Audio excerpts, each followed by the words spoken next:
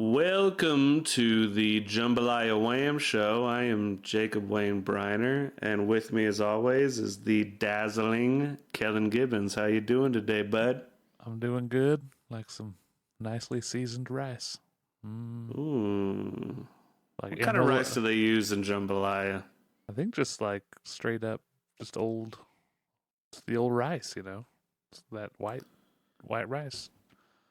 I've been interested in the biryani rice, which I don't think they call it biryani rice. It's no, I'm drawing a blank. But you got brown rice, white rice, and then you got like this particular kind of Indian style rice. Yep, I know the one you're talking about. I can also not think of the name, but yeah. Maybe we'll come back around. It'll pop into our brains. Other than rice, what are you drinking today, sir?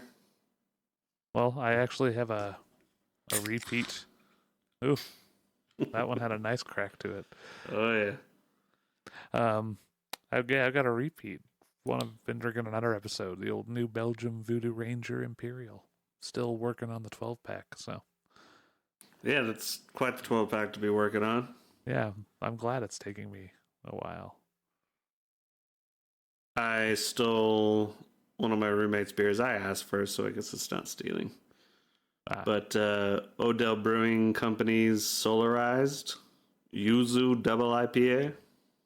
Ooh, haven't had that one yet. How is it?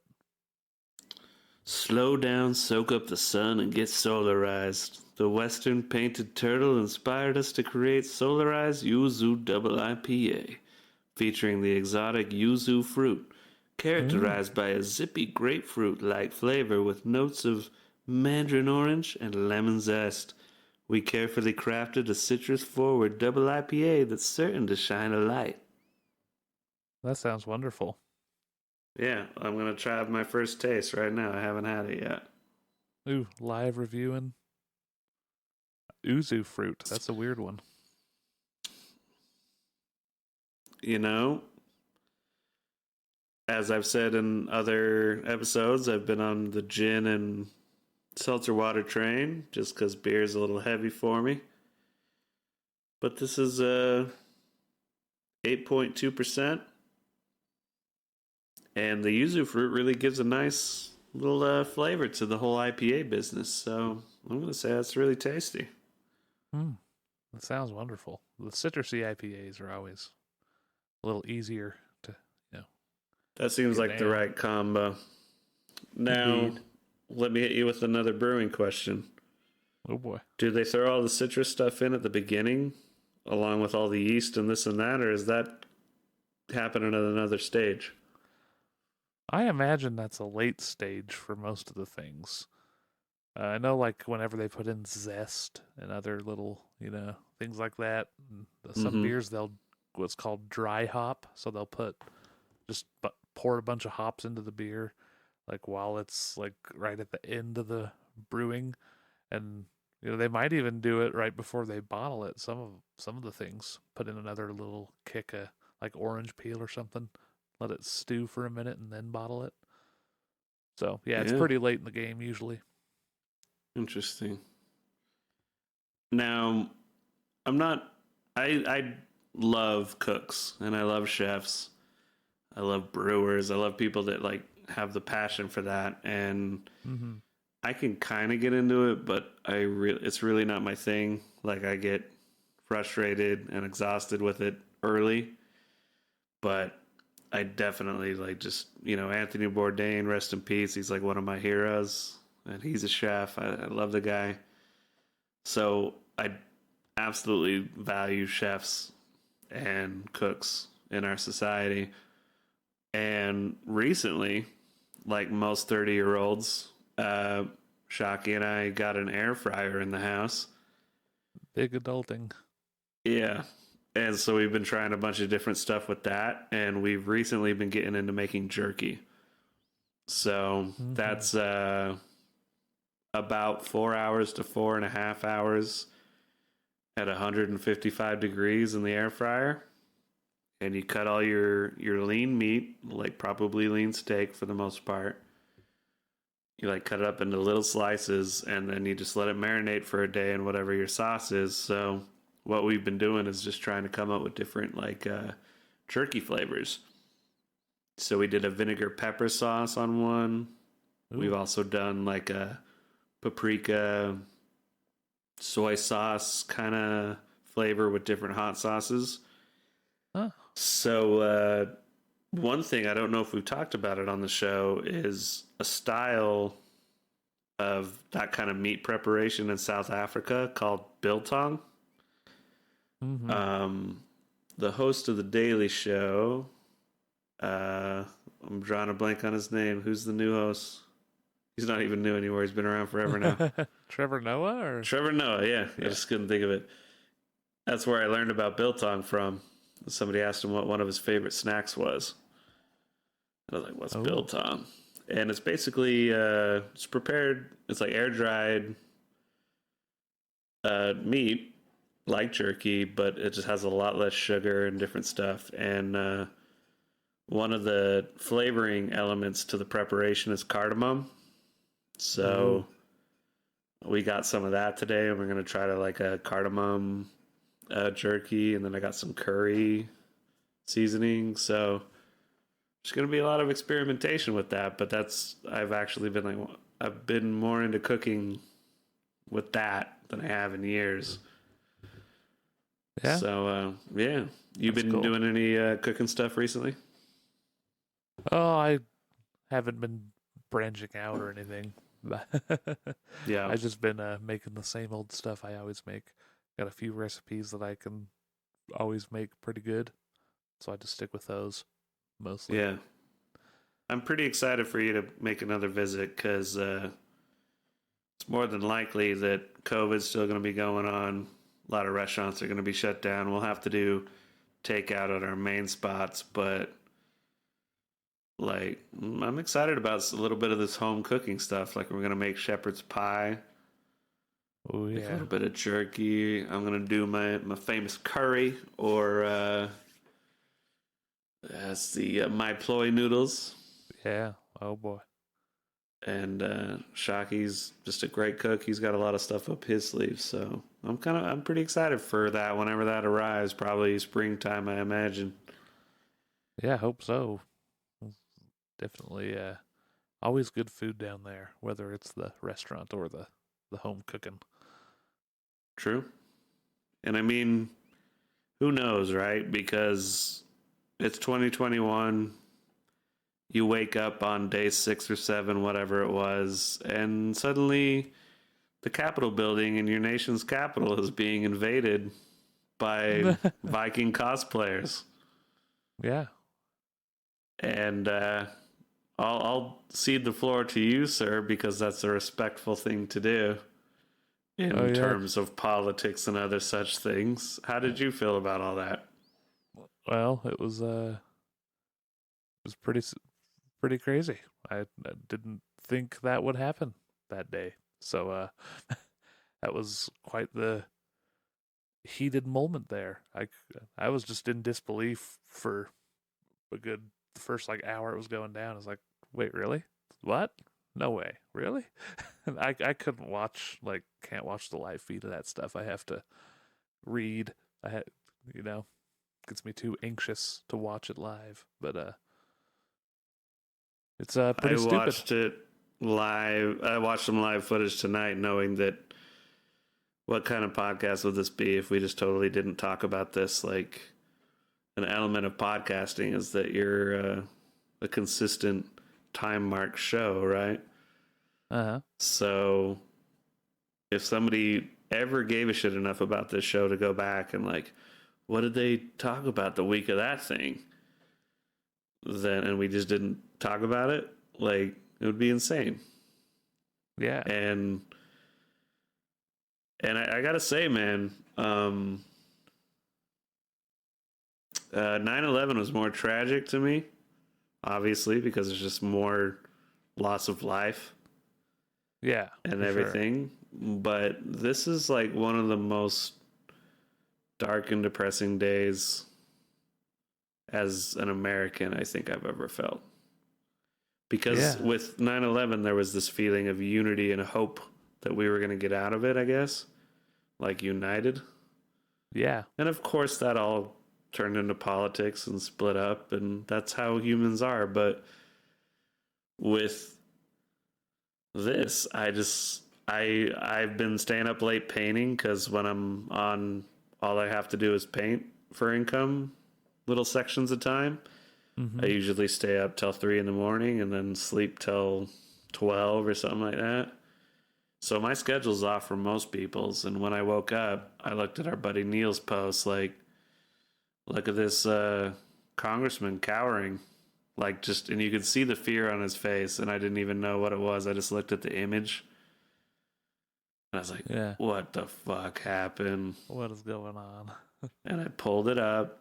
And of course, it's like, yeah, they stormed the Capitol. They're just walking right around. And I got through like the first 6 or 7 pictures, and I was like, this is disgusting. Yeah, dude. Like, I can't think of any other word than disgusting. Yeah. Those people need to be punished severely for all that shit they did. And literal shit they did, actually. Yeah. Yeah. And all kinds of stuff. I anybody who's still trying to like uh make up for it, I don't know, scapegoat it, any kind of thing, saying it's Antifa, saying they were peaceful, anything like that. Like you're part of the problem for real. Like that Yeah. this is bad. That is a problem, no matter how you look at it. Well, and I'll paraphrase myself. I really have genuinely been trying to like not put political thoughts into my social media. It's like that just doesn't seem like the proper realm for it. Mm-hmm. But you know, when something unprecedented like this happens, like this is the first time the Capitol building's been breached since 1814 during the War Yeah. of 1812. And it was by a bunch of just fucking Jethros. Yeah. The Confederate flag has never flown there until this year. Yeah, Like, it's terrible. yeah.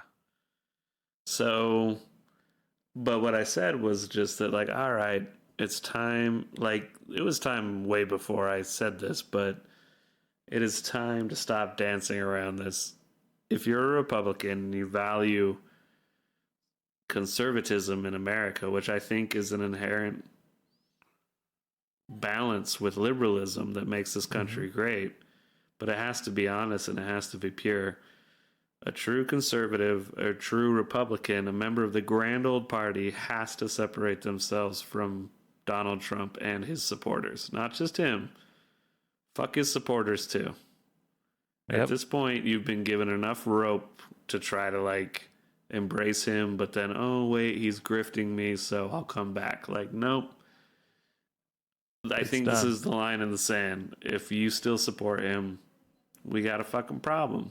Now, Indeed. I'm not like them. I'm not sitting here supporting or like threatening anything other than No. I'm just going to cut you out of my life. Like, Yeah. you don't belong in my life. Yeah. 'Cause Sorry. I wish you the best, and I hope you don't do anything to come after my way of life, like what happened. exactly. But yeah, I don't know how we can continue to be family or friends if that's how you see things. This is Hitler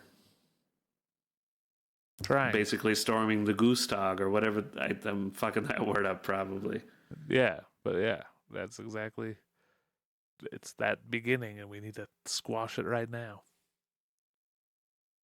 I am happy that a few of my conservative friends have come out and been like, well, where do we go now? Like, the Republican Party's done. Like, we got to find another place. So I And think I've there's a seen lot plenty of of that. I have plenty of family and friends that are conservative that, you know, like for whatever reason, they didn't like Democrats. They don't trust them. They don't like Biden. They don't like Hillary. But I think a fair amount of them are like, whoa, maybe I was too much on this track. Yep. Now's the time to be like, okay, we got to rebuild this conservative party or whatever it's going to be.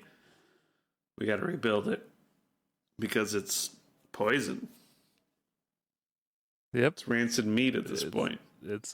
And even if a large majority, which I don't think it's a large majority, but even if a majority of people who call themselves Republicans are not racist, it has become like just inherently tied to that now. So they need to cut it out and, I don't know, form a new party. Grand new party. I don't know what they want to do. Bring back the bull moose. There you go. Teddy Roosevelt. It's a little progressive, which just means, yeah, we're looking towards the future. Be about climate change. Give up on the homophobia and racism. But you're like, no, I'm a fiscal conservative and I believe in environmentalism and reigning in the government and limited government.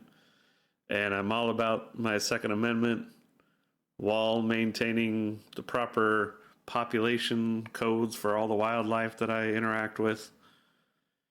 Yeah. And I like to barbecue and I'm a meat eater. I'm gonna ride a bear. And I love country music and do that. Yeah, there you go. Bring back that. That sounds classy. I think it sounds classy as fuck, but then they're probably like, what? Are you gay? I was like, no, I'm not. But I will say this. I'll just say this text I sent to a friend because we were both like, this is the type of thing that gives me crazy anxiety. Like the election itself, like fucked my stomach up when I talked about it. And just the day this all went down, I was like, fuck. But I wasn't surprised. And I was talking with one of my friends and just like, yeah, this week's been going okay, blah, blah, blah, blah, blah. And she goes, right? Just what the fuck? And I just go, it's like we could have seen it from 5 years miles away. And it's a play on that meme that's been going around, but I liked the 5 years miles away. Improper English always makes me chuckle. When used right, it's a beautiful thing. Yeah. Yeah. Yeah. I was gonna say that the Will Ferrell one was pretty good. That escalated slowly over 4 years. Slowly and steadily over the course of 4 years. Almost exactly as we would have expected. No one could have seen that coming unless they were paying attention. Yeah, like, so yeah, that's a big conundrum, but yeah, this isn't sports. It isn't red team versus blue team. I think there's plenty of conservative people that are just as tired of defending this guy and his supporters just because they're trying to defend something they value from perhaps a misconceived view of liberalism. But there's certainly hardcore liberals that when I think about my aunts and uncles, they're like, yeah, I get why they freak them out.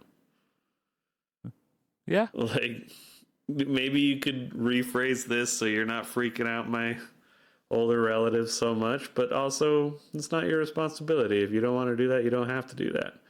The whole point, which a lot of libertarians I would hope would agree with, is that you do what you want with your life as long as it doesn't hurt anybody else.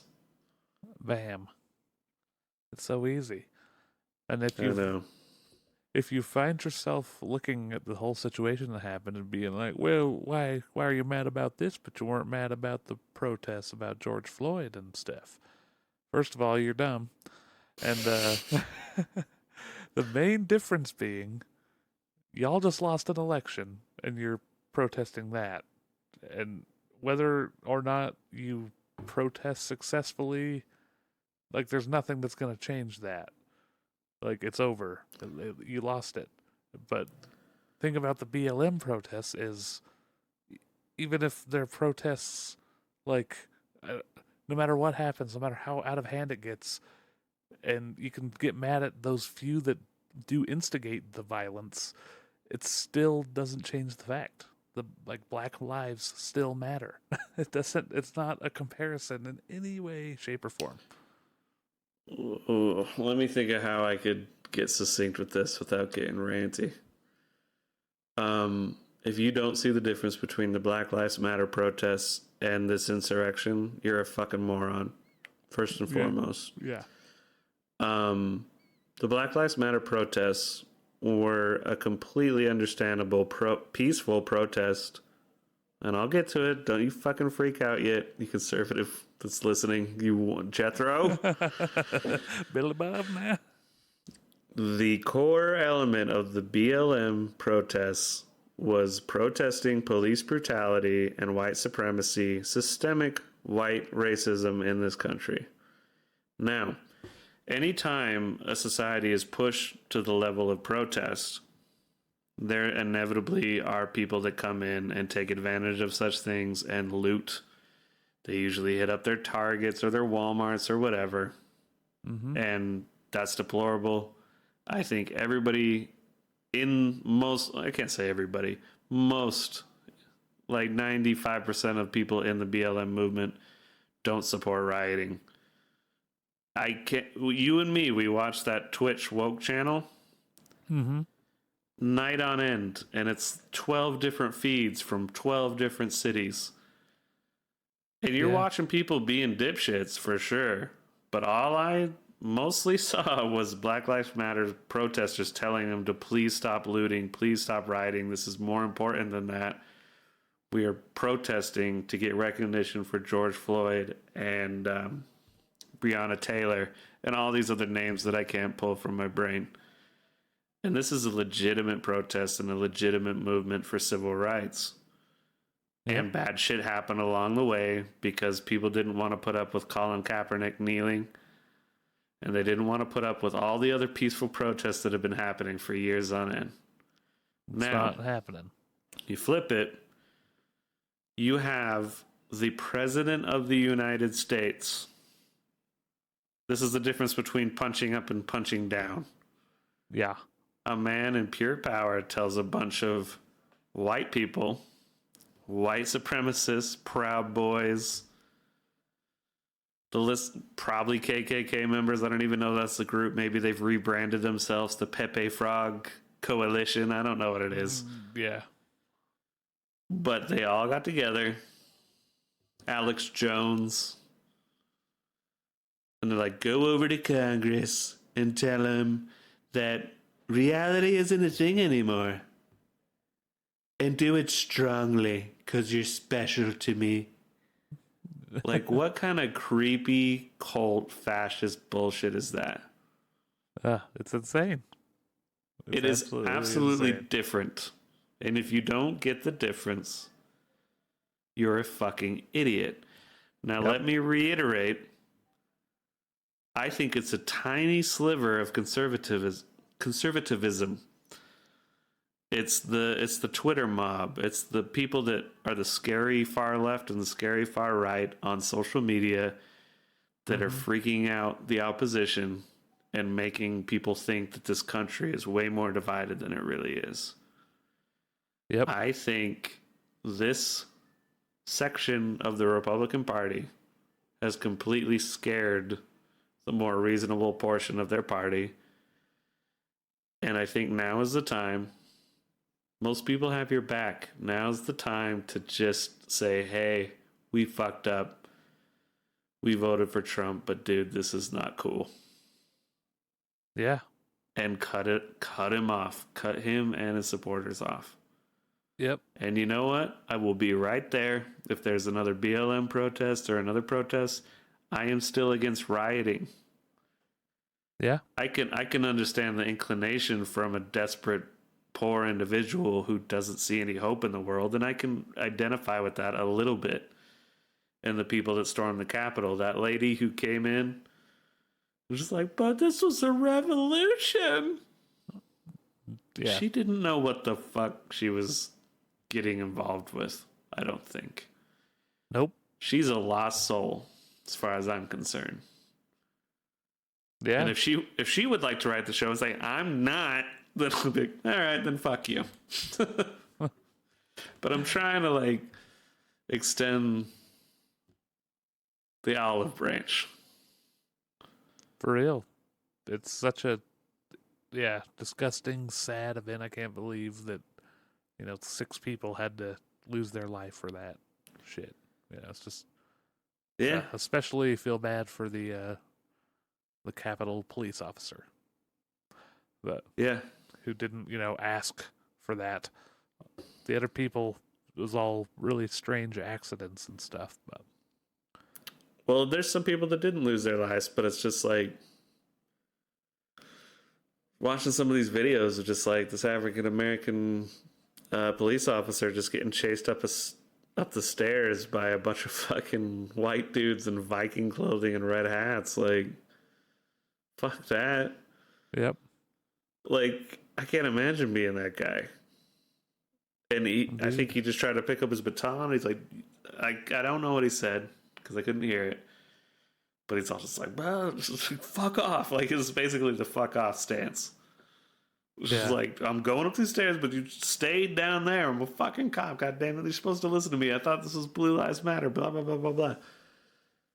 Nope. Yep. So anyway. Yep. You've also lost all, like, speaking to conservatives, you can never talk about pretty much anything ever again. You've lost all privileges with that move. So, yeah. I'm telling you. I'd go on a soul cleansing ayahuasca trip down in Colombia. I know you don't trust it, but go down there, cleanse your soul, come back, form the Bull Moose Party. Please. America will embrace you. Indeed. They'll be like, yeah, fuck this Democratic Party. I'm down with the Bull Moose. Let's go. But been watching any TV lately? Like I said, I had to read all that shit. No, the only show I've watched recently is Fargo. I have still been continuing my Simpsons playthrough as well, but Fargo is the last big TV show I watched. The first 2 seasons, and fantastic. Yeah, I watched both of the first 2. I still need to watch 3 and 4. Out of the first 2 seasons, which one did you like better? Man, I don't even know. I'd sit there and try to think about it, but I don't know if I could pick. I think I'd have to say just like overall, I like the story of the first one just a hair better, but I didn't quite enjoy the second one. Very close second, That's probably how I would break it down. It's the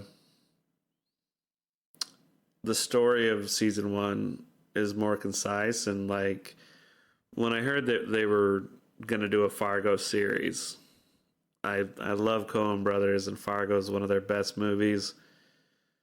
And so I was like, a series? Like, God damn it. And then as soon as I watched it, I was like, oh, holy shit. They completely like pulled off the vibe, and it's just another tale from Fargo. And the first season really did that well, and it kind of followed some of the elements of the movie as far as like a bit of money and exchanging hands, for lack of spoilers. But I think I liked the second season a bit more just because of the character work. The setting was really interesting. Yeah. And it was a lot weirder, but it just had some great acting and great moments. Yeah, man, I had two of my favorite actors in the second season. Oh yeah, who's that? Good old Bruce Campbell. I love me some Bruce Campbell. Oh yeah, he plays Reagan. Yeah, I yeah. forgot about that. And then I like Jeffrey Donovan too. So both of those guys are in Burn Notice too. So Which one uh, is he? he was like the older brother in the crime family. Okay, Yeah. yeah. No, he So was great. yeah. I liked. Oh, can't think of his name. The guy from Parks and Rec, Was he who's the butcher or? he was the conspiracy theorist guy. Oh yeah, yeah. What's his name? I can't. Oh John Offerman? yeah, that's it. Nick. Is it? Nick Offerman. Yep. Yeah, Oh, yeah, yeah. he was amazing. His one drunk rant when he was going in as a lawyer, that was like one of the best parts of the whole show. Yeah. No, yeah. So that's kind of what I mean. Is like the first season, like killer story. It had great acting too. I mean, that made me really respect Billy Bob Thornton, amongst others. And Yeah. but yeah, that second season was just like, oh, damn, like so many damn scenes. Yeah. For real. Yeah, Billy Bob And was just insane in the first one. That he was such a good, cold creepy. blooded. Yeah, just awesome. So I was gonna get into another TV show, but I'll save it. What I was thinking about talking about was what your top five Coen Brothers films are, and a little bit of a Coen Brothers discussion. This is harder than the SATs. I don't know. So I'm gonna give you a minute to pull up their filmography, because I think the first thing we got to do is establish the ones either one of us haven't seen. Okay, So you let me know when you're ready. I'm ready. All right. Taking a quick look here. Where is this? Okay. I have not seen Blood Simple. Oh, that's a good one. Yeah. I haven't seen Miller's Crossing. That's a good one. Barton Fink. I have also not seen that one. The Man Who Wasn't There. I think I watched that one. Nope, no, I don't think I have seen that one yet either. And I believe that's it. Nice. I think that might be it for me too, actually. You haven't seen the one movie or the two. The Man Who Wasn't There and Barton Fink. Yeah. And Okay. I'm kind of wondering, maybe, I think I've seen the Hudsucker Proxy, I'm pretty sure.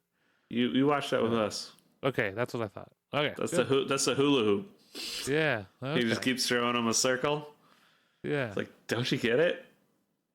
They co-wrote that with Sam Raimi, who is the director of Evil Dead series and the first Spider-Man trilogy. Nice. Yeah. So, let's see here. This is on the fly, so you can't quote us on this too hardcore. This changes from day to day, even half day to half day. So do you got your number five? See, that's how I'm seeing. Like, where do I start? Do I start at the top or at the bottom? That is so hard. I don't know. I'm doing a quick scan.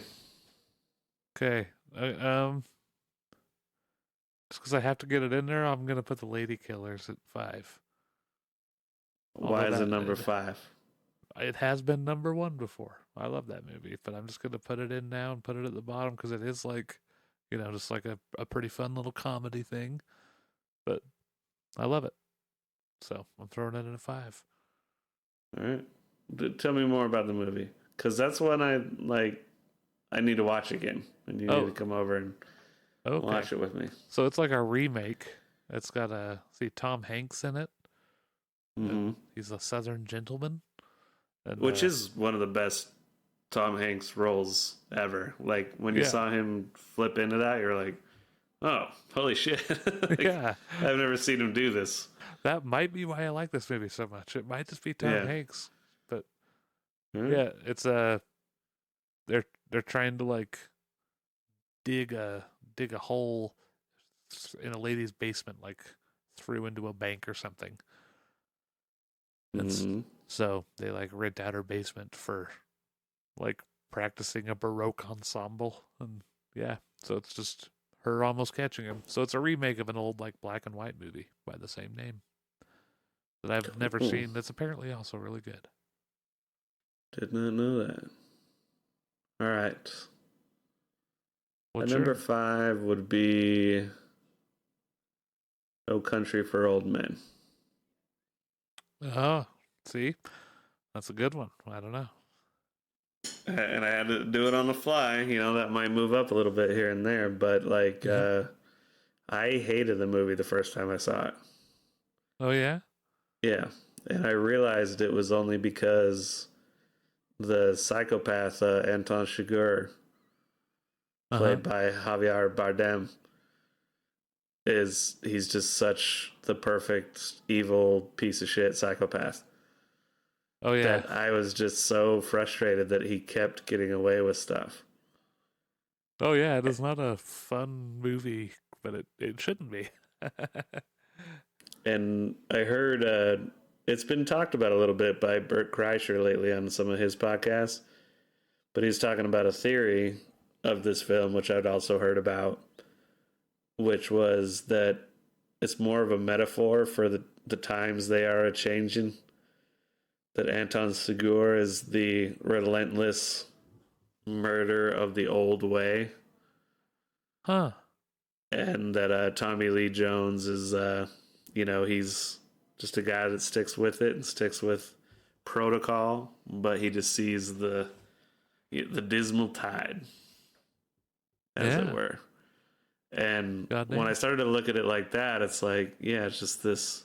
The universe is a bit cruel, and times change, and there's no particular rules to be followed. I thought that was like, wow, all right.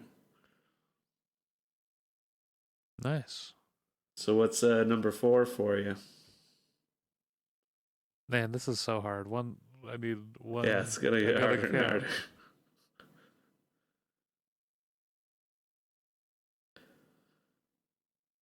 See, I have 5 left. I need to fit in now. Damn it. You only got 4. You got 4. uh, I don't. But when I count, when I look at the list, I Oh, count 5 that okay. I I see want to what you're fit in. saying. Yeah. Man, No Country for Old Men. I'm just not gonna say it because you said it, but like it's a tie for 5 for me, and Okay. I won't say it again. But number 4 probably man, Inside Llewyn Davis. I'll throw that one in, Okay. but I really enjoyed that one. That's my. Let's see here. I got to double check. That is my number 1. Oh damn. Yeah, I think trying to make music your life's purpose and being a musician or an artist, the he's a very selfish character, and there is something kind of narcissistic and selfish about pursuing a life where you're an artist or a musician Yeah. or a creator. And but he just was one bit of bad luck after another. Some of it's his fault, some of it isn't. And the main plot device is that he has to take care of this cat, and he kind of fucks that up, but it kind of throws him into other events. But there's this moment that I love where he gets on the phone and he's talking to somebody, and he's like, Lewin's the cat? And he's like, no, I'm saying I'm looking after this cat. And what I love about that is just that they're like, oh, he's this cat that keeps trying to get out of the apartment, trying to like get out the window, and it's constantly running away. And it's this whole metaphor of just the artist who just like can't settle down and can't accept just the standard life, but Yep. it's given him nothing but shit. And then you realize, spoiler alert, that him getting his ass beat at the beginning of the film is actually at the end of the film. And it's right after he was walking out of the bar where he always talks shit as a drunkard and just walks out on Bob Dylan. So it's all these folk artists and folk singers just singing and singing. And it's just like, yeah, nobody's into this shit. Like, nothing's going anywhere. And Bob Dylan goes up, starts playing. He walks out, gets his ass kicked. And his life's a fucking cycle of this running away cat. Yep, it's a fantastic movie. Yeah. See, I haven't seen it enough to call it number one, so it could well move up over the years. And that's for personal impact. Yeah. Maybe it's technically not their best, or if I was to suggest a Coen Brothers film to a group of people or some friends, I might tuck that one away. Like, that's my personal little gem. Yeah, I know what you mean. Yeah. That's how my number one is. Same kind of thing. We'll get to it. What's your number 3? Okay, this is getting real tough now.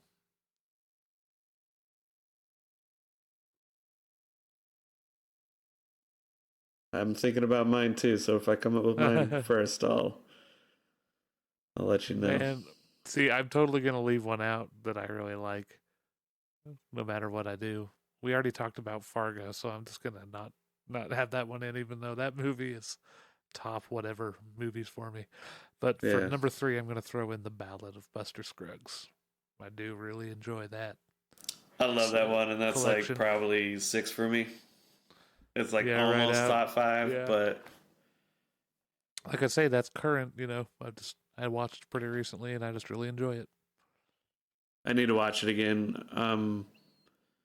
Part of why I love it so much is I remember when it first dropped and watching it with you and your brothers, and that's just such a perfect type of film to watch with like Carl and Corey, and it's just got all the vibes.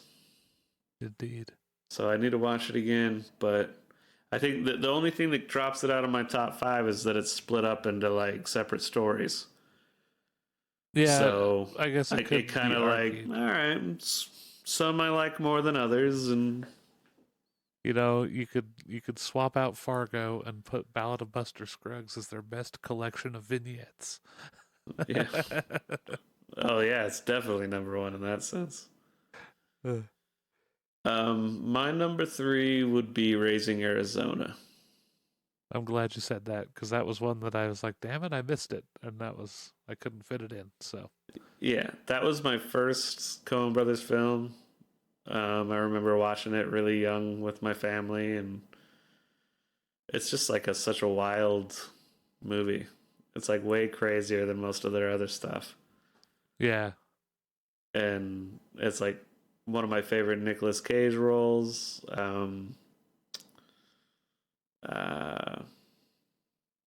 John Goodman's incredible in it, and John Goodman is just like a staple in so many Coen Brother films. I love him. He's one of my favorites. Shout out to Righteous Gemstones. He's amazing in that. Yep.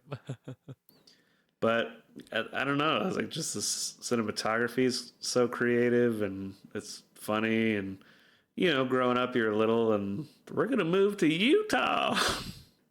Like right at the end, you're like, I'm from Utah. Hey.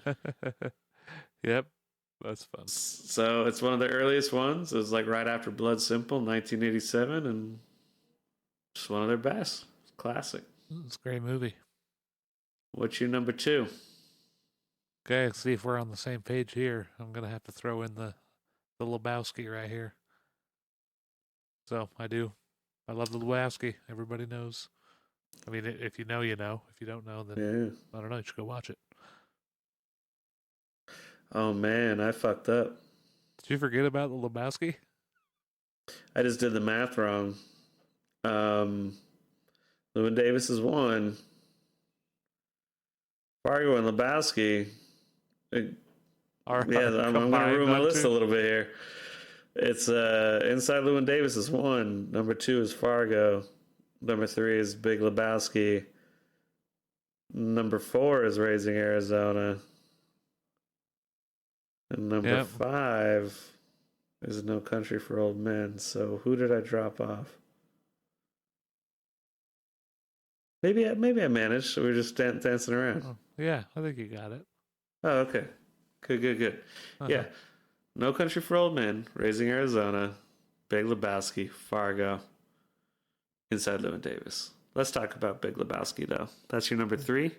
2. 2. Okay. I mean, but then again, what is there to be said about? It's the classic. It is what it is. Like, we could just sit here and do quotes for like 30 minutes and kill the rest of this podcast. Like, it's incredible, and it's another movie I didn't like the first time I saw it. Oh yeah, because I was so bent on I need like a point. Like, what's the point of this? And there was just always this like no point. He's just going from one thing to another and like shuffling his pencil across white paper and seeing a guy with an erect penis and like, huh?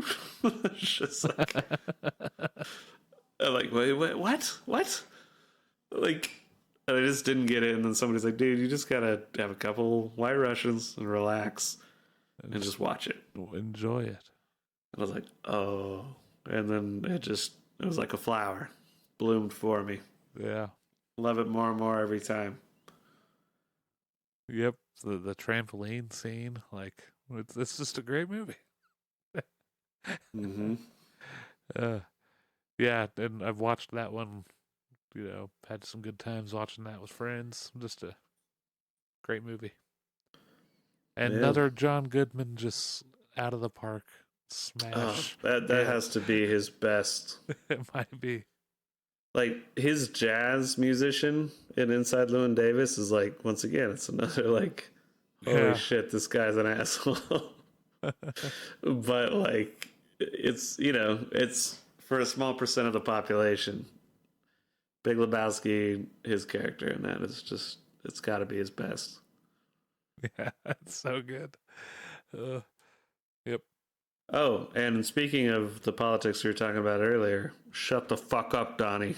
Yeah, for real. You're out of your element. You're out of your element, Donnie. Shut the fuck up. Twitter made him. What's number one for you? Coming in at number 1 is Oh Brother, Where Art Thou? And yeah, I knew it.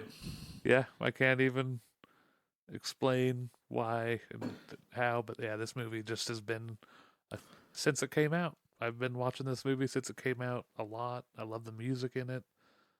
My brother Carl used to have it just on repeat at his house. He'd go hang out and you'd watch at least it one time through, maybe come in halfway through and catch the beginning again, whatever. That soundtrack is huge. People loved it. It's so good. And the guy that helped with the music is one of my music heroes.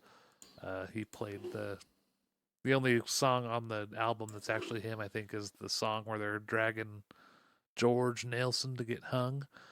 There's like there's a guy playing a fiddle and whooping. That's the only song on the album that's actually him, but he helped with a lot of the other music. And yeah, I just love that movie. I could watch it. I watched it a month or two ago, and I could watch it every day again. It's so good. When people pointed out to me that it was an adaptation of Homer's The Odyssey, that's where it really clicked for me. Yeah, it's cool. I was like, oh, holy shit. Like, yeah, and I love stuff like that. Like, taking an old classical piece of literature or a stage play and just adapting it. And we've talked about the Batman movies. Like, that's what I liked about Batman Begins and The Dark Knight and stuff, was it took Batman and took these crime thrillers like Heat and just blended them. Mm-hmm. And so it's like, oh, it's a crime thriller in Chicago, but it's Batman. And it's like, things like that are just always my favorite. Indeed. And just real quick before we move on, Fargo is my number 2, and that, I think, it's hard to argue that that might be their best movie, technically speaking. Yeah, it is beautiful. Yeah, and just the meaning and the characters and the voice acting, and Yeah, I do. it's amazing. Yeah, I totally had that because we talked about the TV show that is in the top five, even though the top five is somehow way more than five movies. I Yeah. just hate having to put them in. Like I was gonna say, special shout out to Miller's Crossing. Like you should definitely watch that movie. That is a great mob movie. I love it. Well, next time you visit, we're going to be doing all this cooking. We'll catch up on our Coen brothersness. Sounds good. Um, and I'll have to find this article. It was a really great article I've told you about, where somebody was making the argument that the Coen brothers are the most American directors in the sense that they cover so many aspects of American history and American life, and they tend to really focus in on it. It's like, Yeah. it's not incredibly worldly, it's very America centric. Which I'll have to find that article and we can discuss that on a future episode. But Coen Brothers are like one of my favorite directing. Like, if they were one guy, it'd be one of my favorite directors. Top five for sure. Yep. Indeed. Fantastic stuff. So we got a little deep with that one. So maybe I'll save our discussion of a show I've been watching that I actually just finished the first season of. It was called Raised by Wolves. Yeah. It was produced by Ridley Scott. And all I will say is there's got to be a connection to the Alien universe and Prometheus. And I'll explain myself in a future episode because that's a whole other discussion. But what I will say is it's very inventive. It's great acting. There are some dull parts and it does get a little wonky and strange.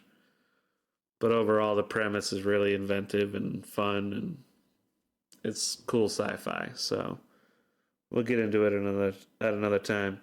But with that, let's get into some music discussion. What do you got for me there? Music. Mm-hmm. Hmm.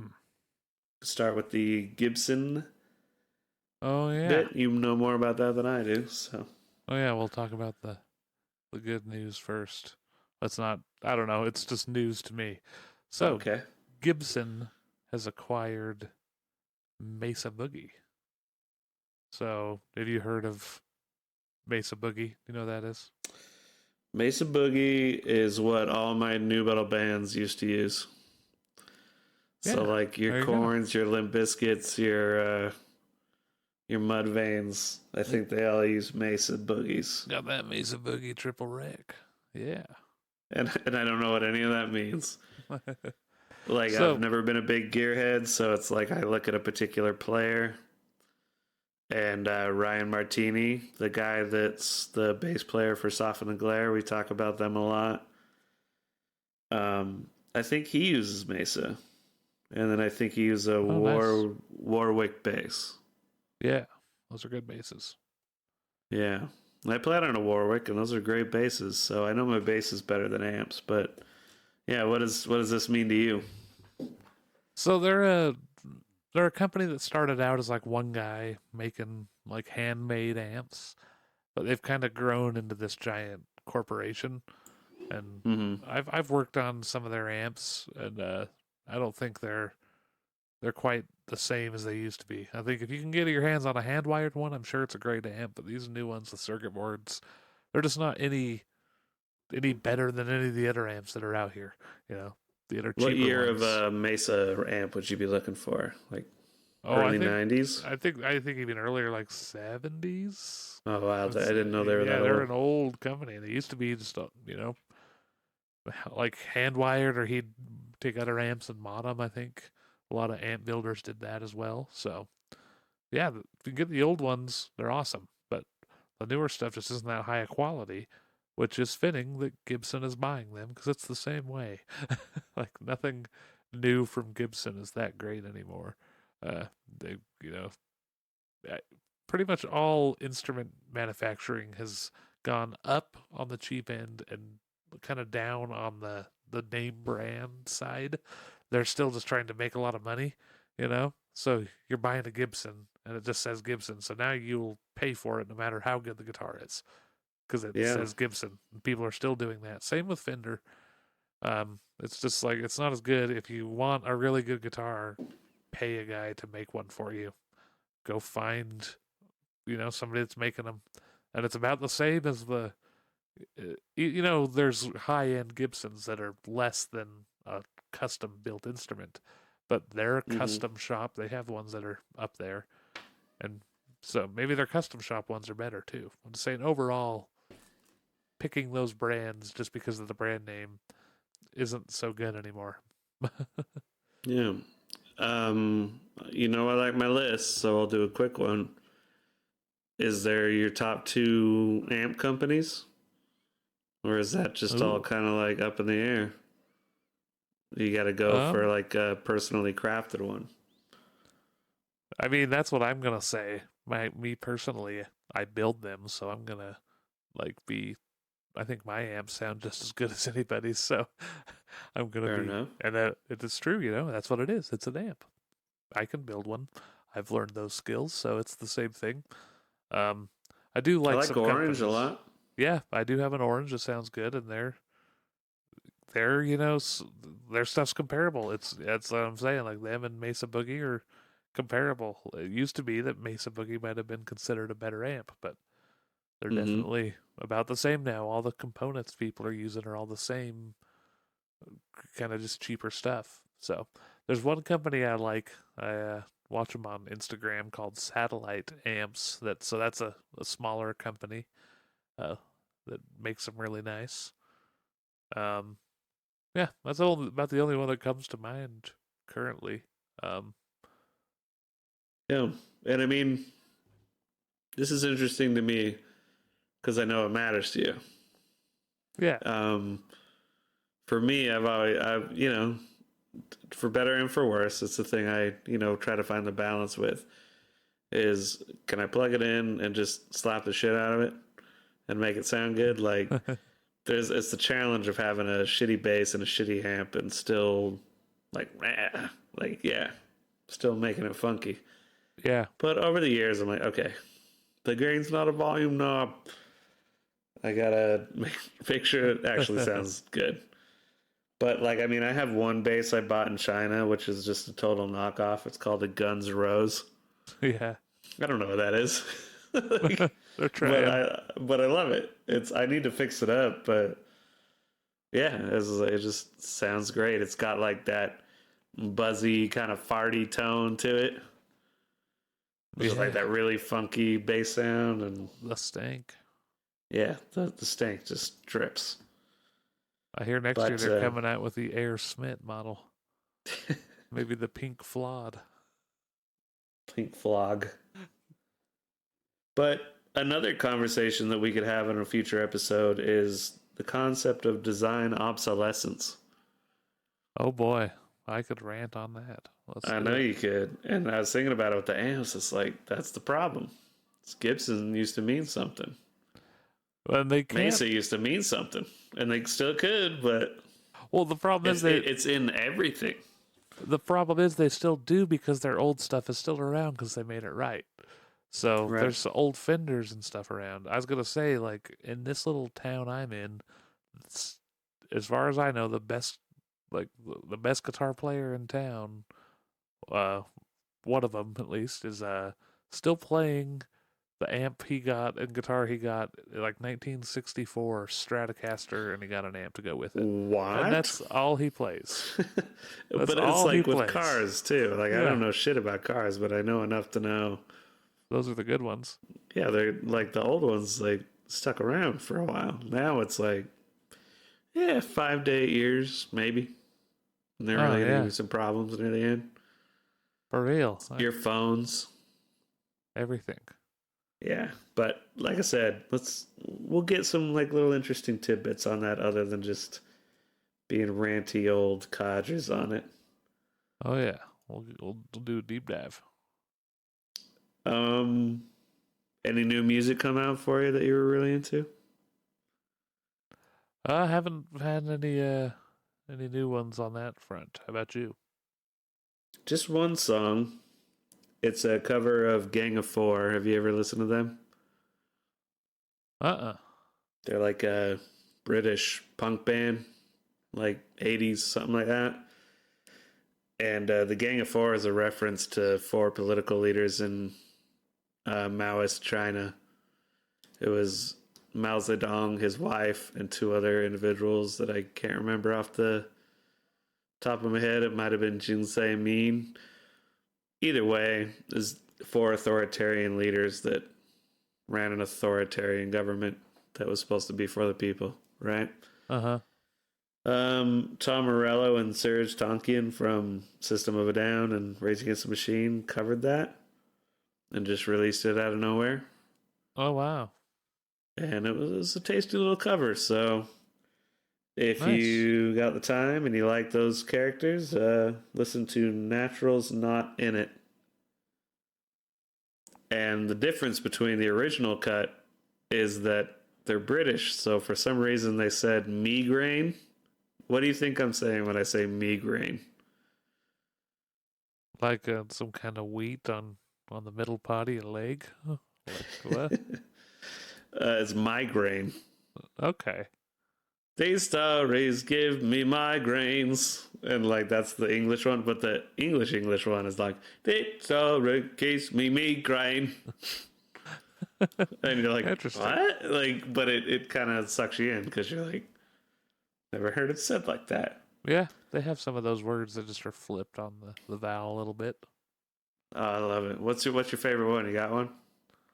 Oh, I can't think of one off the top of my head, but And I don't know if they're flips. I know I like the lavatory or the yeah. loo.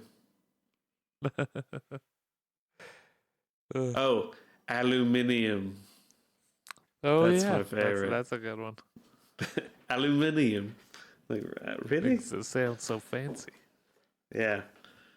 I want to take aluminium out to the dance floor.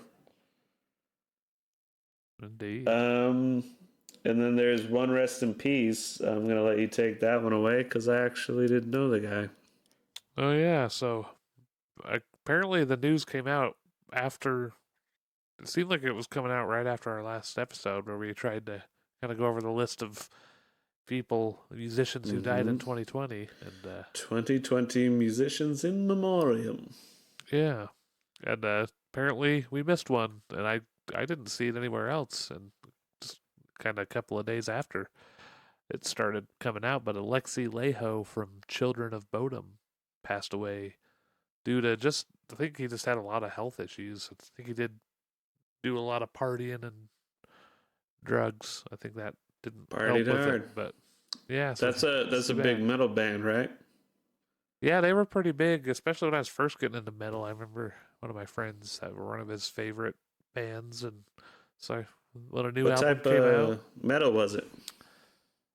it's kind of like a little bit of power metal, a little bit of just like kind of old school thrashy stuff. Kind So of thrash mixed with Iron Maiden kind of thing? yeah, they got a killer keyboard player, and Yeah. he mounts his keyboard on a like 90-degree angle from so like the keys are pointing like straight up, and he plays it like that to like It's not help one of with those carpal keyboard tunnel. guitars, is it? No, it's like on a stand. It's just a Okay. normal keyboard. It's Okay. pretty crazy, but it's apparently helps with carpal tunnel and stuff. So that guy rips. So I remember when the song "Are You Dead Yet" came out. I was watching the music video for that and remembering him, and good times way back in the day. Um, what album would you recommend from them? Let me. I have to go look it up, make sure I Are get the You name Dead right. Yet is a killer track, though? Yeah, that's a good track. Okay. Let me I'll make I'll sure I give it a get there. listen and we'll discuss it next episode as well. Hate Breeder. That's the one. Hate Breeder. Yeah. Not to be confused with the meh metal band called Hatebreed. Yeah. Hate Breeder, the album by Children of Bodom. Okay. That's a good one. Just a really good guitar player, though, right? That's what I was kind of gathering. Yeah, a lot of, you know, guitar players get all kinds of different accolades, but a lot of people tossed a, you know, legendary, game-changing guitarist onto him. So, yeah. Deity? I might not go as far as deity myself, but Okay. some people would. He's a soldier, a knight for one of the deities, perhaps. Exactly. Okay. Rest in peace, though. Yeah, rest in peace. And with that, I suppose we can move on to Dear Jacob Wayne. Let's play that Tasty Jam.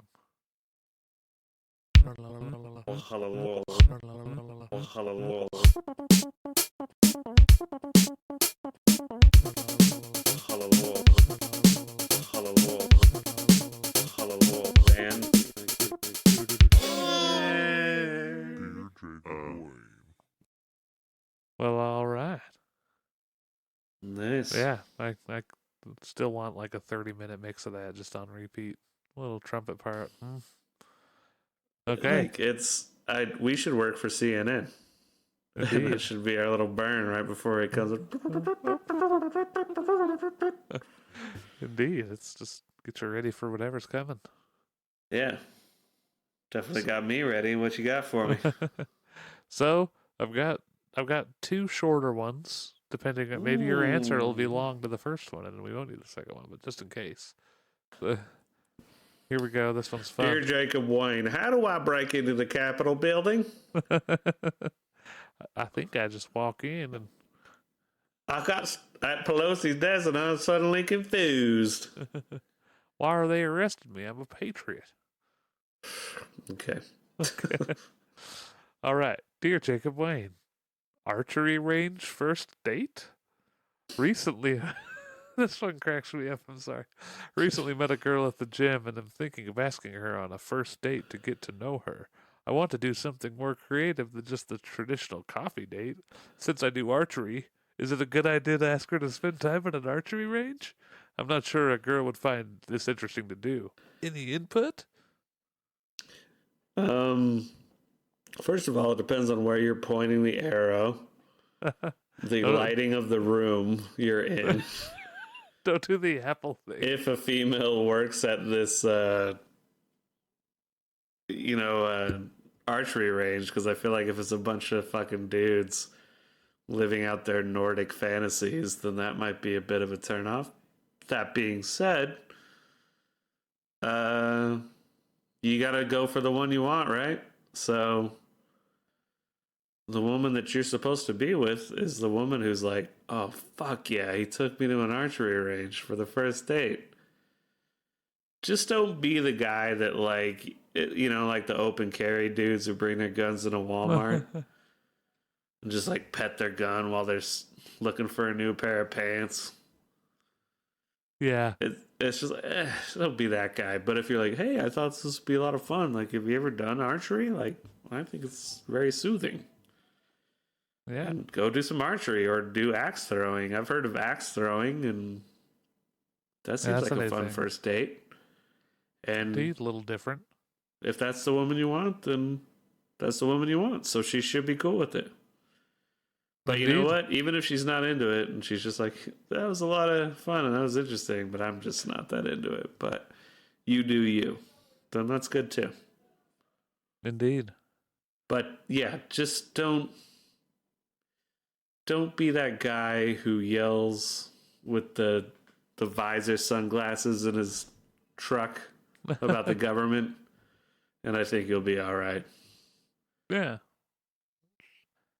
Yeah, archery, it sounds kind of fun. I've always wanted to get into that a little more. I went to a Boy Scout camp once. Good times. Don't worry, this doesn't get as dark as those stories can sometimes get. But a different scout troop from us, like, they just decided they hated us because I think they hated us because they ain't us. Yeah. Like we were too cool and like relaxed and kind of fun and lovable, and they're just like, fuck these guys. Were you in this neighborhood? Was it in that days? Troop We 81? went up to some like I think it was like around Bear Lake or something. Camp Hunt? Maybe. Yeah. I think this is where we could talk to your brother about it. Corey, I think he was there for this, but maybe it was a different year. But we went to like shoot arrows, and we're just like, I've never done this before. I'm just trying to figure out. And just like they were the other group, and they're just like faggot. And we're like, what? Like, I don't know how to use this. And we were so mad, but so all we did was just make fun of them for the rest of the scout camp. Anytime we'd see him at like the big congregations, Nice. we'd try to find some kind of way to give him shit. Hell yeah. And I guess that's the way it used to be. That's what Scouts is all about. It did kind of get me off archery, though. I ain't gonna lie. Because it's just like, I don't know, like, shit. Yeah. That's crazy. Yeah. We did hear it a lot back then. That one. Yeah, that big word. Indeed. But go watch most 80s films. Yeah, for real. It's like, holy shit. Yeah. So I'm only using it as a historical reference. I do not endorse the word. Yeah. Oh, man. Anyway. It wasn't a lot. Okay, you want to hear the next one? Yeah, you... Sorry. Listen with attention. Dear Jacob Wayne, should I be obligated to tell this girl I'm going on a Tinder date with that I hooked up with her sister a few years ago in college? We kind of talked for a little bit and hooked up, but nothing serious. That was like 3 years ago. I'm not sure what I should say. Her sis is on her Tinder profile pic, so I can't even deny not knowing her, and based on their Instagram post, they seem really close. What do you think? Yeah, the sisters. What do you know? My God, man. Of course you tell her, you fucking animal. Like, she's gonna find out. Might as well be from you. Unless that's like your little fantasy, like mom's next. Like, then what are you doing? Of course you tell her. And that's the thing. Is it that important to you to make that work, or is this a story of conquest? Yeah. Like, I got both sisters, and I could tell all my friends. Like, fuck that. Is it you really that into her, or are you just gonna be like, well, I'm dating their cousin now. 4 years later, should I tell that? Like, shut the fuck up. Of course, you tell the sister if you really like her, and let her deal with it. And if she rejects you, you take the loss. Yep. Because you're a creep. All right, you got any weird news to wrap this all up? I do. I got some unfortunate, but indeed weird news. Okay. So, this one is kind of personally appealing to me. Kind of speaks to me. Lightning kills 2 giraffes in South Africa. Were they doomed by their height? I've always wondered if I was more susceptible. What else is in this article?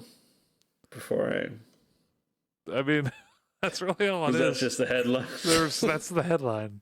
The giraffes were found on March 2nd. It's a little old now. After a thunderstorm in Rockwood, which is a private nature reserve west of Kimberley, South Africa. And so Kimberley, South Africa. Yeah. Wait a minute. That's a town. That's the weirdest news of all.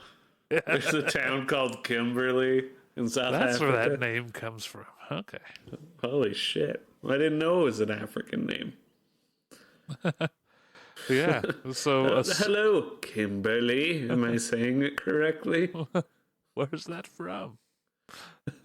Where do you South think? Africa.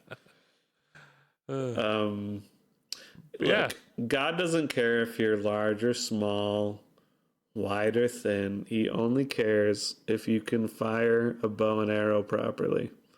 That's it.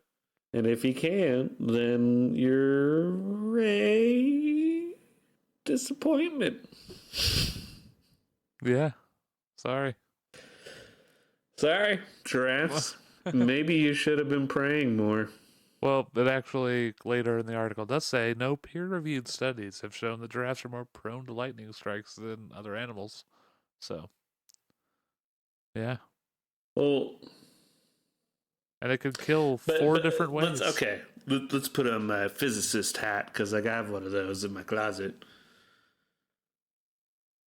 That's not how electricity works. Just because there's a really tall tree doesn't mean it's going to be the thing that attracts lightning. It's whether or not the matter that makes up the tree or the giraffe is conductive, correct? Like most lightning comes from the ground, doesn't it? Yeah, what it is basically it's how a capacitor works is the charge difference between the ground and the sky, like way up above our atmosphere. Yeah. So it kind of meets in the middle, as it were. How's that work? Can you break that down any further? I can't break it down much further than that. That's my limited understanding. So but here's it's like a charge that's up top and a charge down low. So and here's it's just conductive enough somewhere in the middle that it creates the band of lightning. Yeah, so it actually kind of goes into it. So there are 4 ways that lightning strikes can kill an animal. It can strike the animal directly, or it can hit as a side flash, arcing into the animal's body after striking a nearby object. It can also be through touch potential, when an electrical current jolts through an animal that is in direct contact with a lightning If he wasn't pulling the bow back far enough, right? And then finally, lightning can also deliver a deadly current through step potential, which is what you're talking about, which electrifies the animal through the ground. So that's how much does that have to do with like moisture and or like metal conductivity? I think it's up in the woods. There's not much metal. I don't think the metal conductivity has much to do with it. I think it's more just height and luck and all kinds of stuff. I've ran through some lightning storms, unfortunately. It's terrifying. They're just going everywhere. I was on my bike that one day about almost a year ago, and just a lightning storm came through. I was kind of going nutty, and I was like riding my way home and soaked, and just people are out on their porch like, get home, and I'm like, I'm trying. And they're like, woo! Yeah. But like, yeah, but if I was as big as a giraffe on a bike just riding home, oh yeah, it's a little more mass, it's a little more potential to get electrocuted. Indeed. But at the end of the day, isn't it moisture and conductivity in the air? Well, no, it is height, man. Big tall trees get hit, yeah. Right. You want to go hide by like medium trees because the big trees are going to get hit. If you're on a flat surface like a plane, a giraffe is going to be like well taller than everything else. You know, they're like 18 feet high. They are way taller than everything else around them because they're like out in a field. So, yeah. You riding home, there's houses and trees everywhere. You're probably not that much higher. Yeah, I'm a little low to the ground. But if you're a little taller, you know. Apparently in 2016, lightning killed 323 reindeer. They were all huddled together to try to stay warm during the storm, and it like hit the ground and went through the ground and got them all. You dumb fucks. Yeah, you gotta spread out. What I would love to see, though, is an evolutionary development where giraffes, when they see clouds roll in, they're like, oh, God. And they just flop on the ground. So they're not tall anymore. Then, like, all the predators start coming out during thunderstorms. And nibbling necks.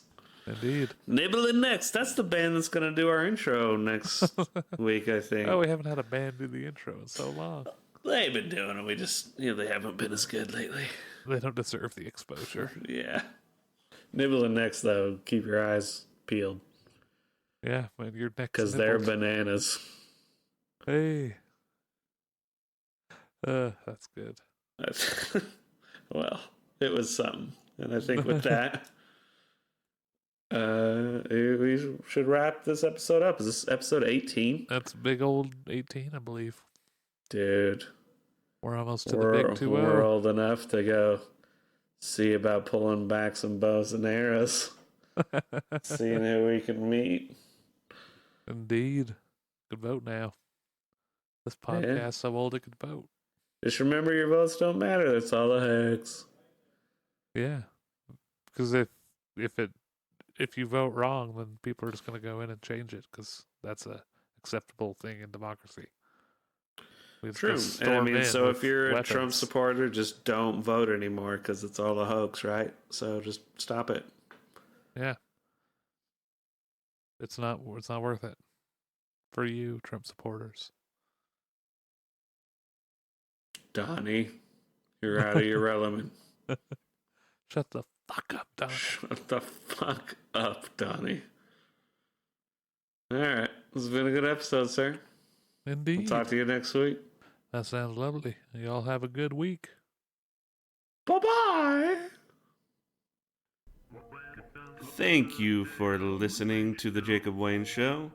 If you would like to contact us, please write us at fakoshka@gmail.com. That is FAKOSHKA@gmail.com. You can find us on Spotify, iTunes, and YouTube. Simply search The Jacob Wayne Show and it should pop right up.